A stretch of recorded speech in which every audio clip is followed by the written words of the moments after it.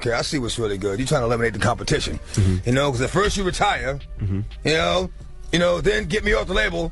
Now you're back rapping again. Okay. But you know, it'll never be the same because our brother's not here. DMX, you know, rest in peace. You know, we formed like a brotherhood. Nas is finally breaking the silence, saying out loud what the streets have been whispering for years. He's putting Jay-Z and Beyoncé on blast, not just calling them competitive, but ruthless. According to Nas, this power couple doesn't just play the game, they play dirty when they feel threatened. And guess who else got caught in their crosshairs? None other than DMX. Everybody knows DMX and Jay-Z didn't vibe like that, but behind closed doors, it was way worse than fans imagined. DMX himself revealed that Jay-Z straight up sabotaged the rollout of his 6th album. Why? Because Jay didn't want the smoke from real competition. Delaying that album didn't just mess with timing, it killed X's momentum, and Jay knew exactly what he was doing. At that time, DMX was still one of the only rappers who had the power to outsell him. Now here's where it gets even messier. Nas says Jay-Z and Beyoncé pulled the same exact stunt on him too.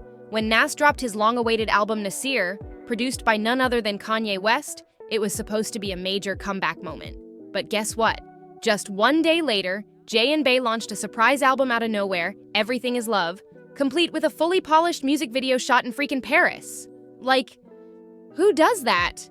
It was a calculated move, and Nas is calling it out loud and clear. Ain't no way you just accidentally drop a whole surprise visual album the very next day after one of your oldest rivals finally makes a big comeback. Nas wasn't fooled for a second. He saw right through it. And let's be real, this wasn't just some random coincidence. This has been Jay-Z's playbook for years. The wildest part? Nas wasn't even coming for smoke. He had already let the beef go, moved on, grown past all that drama, but clearly the Carters didn't. Whether it was jealousy, insecurity, or just flat-out spite, Nas is now putting it all on Front Street, saying Jay has been pulling shady moves on anyone he views as a threat. And to make it worse, he's been hiding behind Beyoncé's powerful image and her massive fan base to shield himself from the backlash.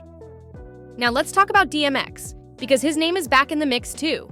Fans have been revisiting those bold moments where DMX actually called Jay-Z out to his face, while everybody else stayed silent. Most artists were scared to speak on Jay or Beyoncé, but not DMX. He didn't hold back. But here's where it gets really sketchy.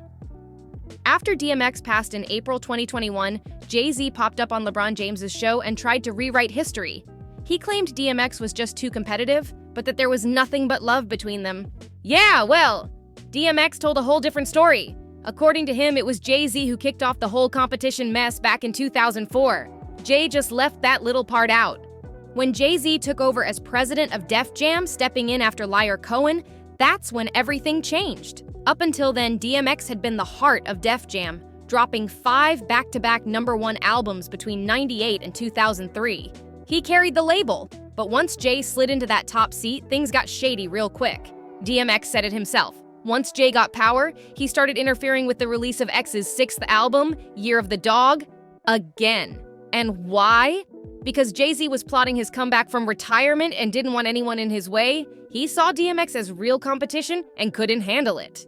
That's when everything clicked for DMX. He realized Jay wasn't just competitive, he was insecure. Insecure enough to sabotage a fellow legend just to protect his own spotlight.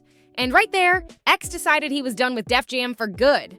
But don't think this was just a one-time thing between Jay and X. This shady pattern runs deep. Jay-Z has a long history of pulling moves like this on anybody he sees as a threat. Take Beanie Sigel, for example. Beanie recently exposed how Jay would drop his own albums right around the same time Beanie was releasing his projects, just to make sure Beanie got overshadowed and forgotten. Then there's Cam'ron. Remember that infamous 106 and Park moment? Cam was mid-interview promoting his album when, boom, Jay-Z randomly showed up on set, completely unannounced, and hijacked the entire moment. Fans were left stunned like, did he really just do that? Yes, he did. Jay-Z wasn't about going bar for bar or letting the music speak for itself. Nah, he was out here playing industry chess, blocking moves, cutting off momentum, and snatching spotlights behind the scenes. Now let's swing it back to Nas, because nobody knows how sneaky Jay can get better than him. Jay's been trying to eclipse Nas at every major drop, like clockwork. When Nas dropped Stillmatic in December 2001, his big comeback, Jay released his MTV Unplugged performance just 1 week later. Total spotlight steal. In 2004, Nas dropped Street's Disciple, and wouldn't you know it, Jay linked up with Linkin Park and dropped Collision Course right after. In 2007, Nas released his greatest hits, and boom, Jay dropped American Gangster days later. The timing wasn't random, it was strategic. Fast forward to 2018, and NAS finally puts out his long-hyped, Kanye-produced album, Nasir. What happens? Not even 24 hours later, Jay-Z and Beyoncé pull a surprise drop with Everything Is Love, complete with that flashy apeshit video shot inside the freaking Louvre in Paris. That wasn't a coincidence. That was a move. And even more recently, when NAS dropped the Lost Tapes 2, guess what? Just days later, Beyoncé and Jay dropped The Lion King, The Gift. It's almost like they've got a whole calendar just dedicated to blocking NAS. And let's not act like this is ancient history, because the patterns still haven't stopped. Every time NAS lines up for a win, somehow Jay-Z and Beyoncé are right there, lurking in the shadows, ready to make a move. Fans started catching on, saying it feels like Jay's got NAS on a secret watch list, just waiting for him to drop something so he can jump in and hijack the moment. And what's even more wild, people in the industry been peeped this behavior, but barely anyone has the guts to speak up. Jay and Bey's reach is just too strong. They're treated like royalty, and criticizing them, that's almost considered a career killer. But NAS? He's had enough. He's tired of the fake industry love and quiet sabotage. That's why he's finally putting it all out there. Some folks are trying to say, oh, it's just business. But let's be real, it ain't just business when you keep popping up right after your so-called peers drop music, and when your moves keep blocking their shine. That's not coincidence. That's calculated. Now fans are starting to look back at every sudden release, every surprise Jay-Z project, and they're realizing this might have all been part of a bigger playbook. One that's kept Jay on top, not because he let the music speak, but because he silenced the competition before they could even speak at all. And if you think NAS is the only one who's had to deal with this, think again. Behind the scenes, plenty of artists have whispered about Jay-Z's calculated power moves, but they're too scared to go public. Why? Because speaking out could get them iced out the game completely. Jay doesn't just run in the music scene, he dominates it from the shadows. Look at what happened with other Rockefeller artists. Ever wonder why so many of them just faded out while Jay kept rising? It wasn't just talent, it was strategy. Artists who could have blown up mysteriously got shelved, delayed, or buried under Jay's headline-grabbing releases. And if they ever dared to challenge his moves, it was a wrap. Even Kanye, who once stood side by side with Jay, eventually started throwing subliminals, hinting at the mind games, the control, the silent beef behind closed doors. Remember when Ye said, "Don't send your killers at my neck, bro"? That wasn't random. That was coming from a place deep inside the industry's mess. And Beyoncé? She's not just watching from the sidelines, she's in it too.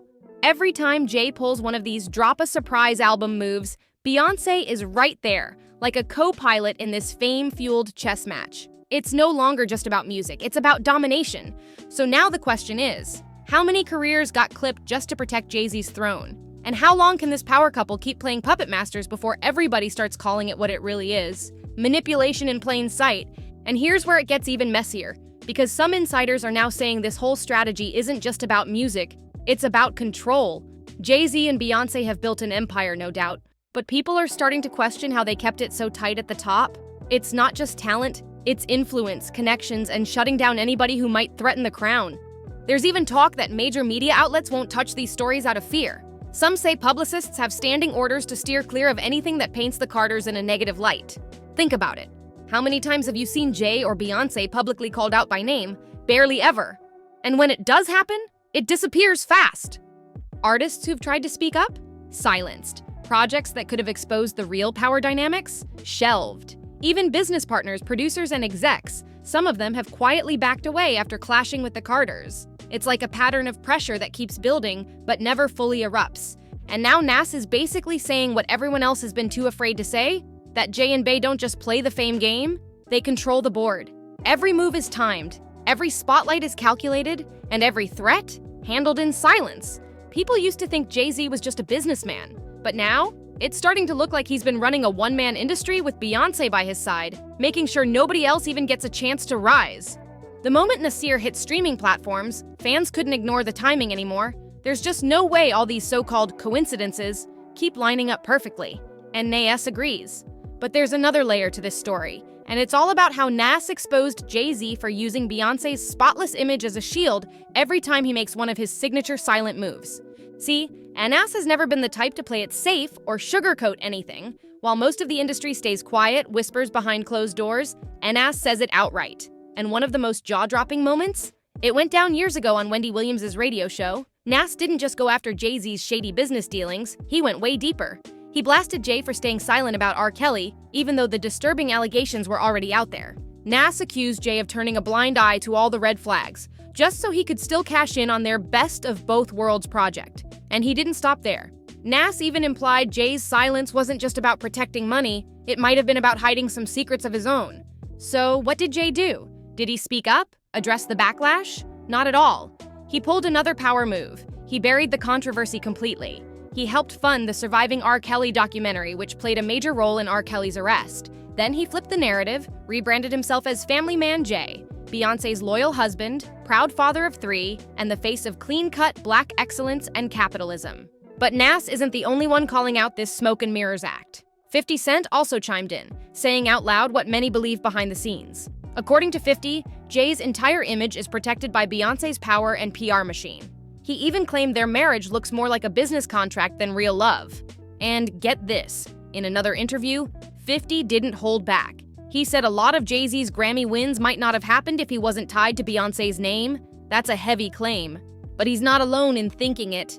And everything keeps circling back to DMX. X was one of the first artists to see through Jay-Z's games. He spoke up without fear, just like Nas. Both of them knew Jay didn't use his spot at Def Jam to uplift talent. He used it to push down anybody who posed a threat to his reign. And that shared resistance? That's what built the deep respect between Nas and X. When DMX passed away, it hit Nas hard, not just as a friend, but because the industry lost one of the only voices brave enough to speak the truth. Together, Nas and DMX exposed the moves Jay-Z hoped no one would ever talk about.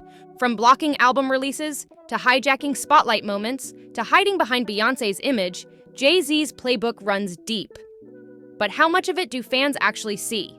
And how much is still hiding behind the glam and the Grammys? So now we want to hear from you. Do you think Jay-Z's tactics are just part of the game? Or did Nas and DMX have a point all along? Is Beyoncé's image helping cover more than we think? Drop your thoughts in the comments, don't hold back, and hit that subscribe button for more celebrity truth bombs. Catch you in the next one.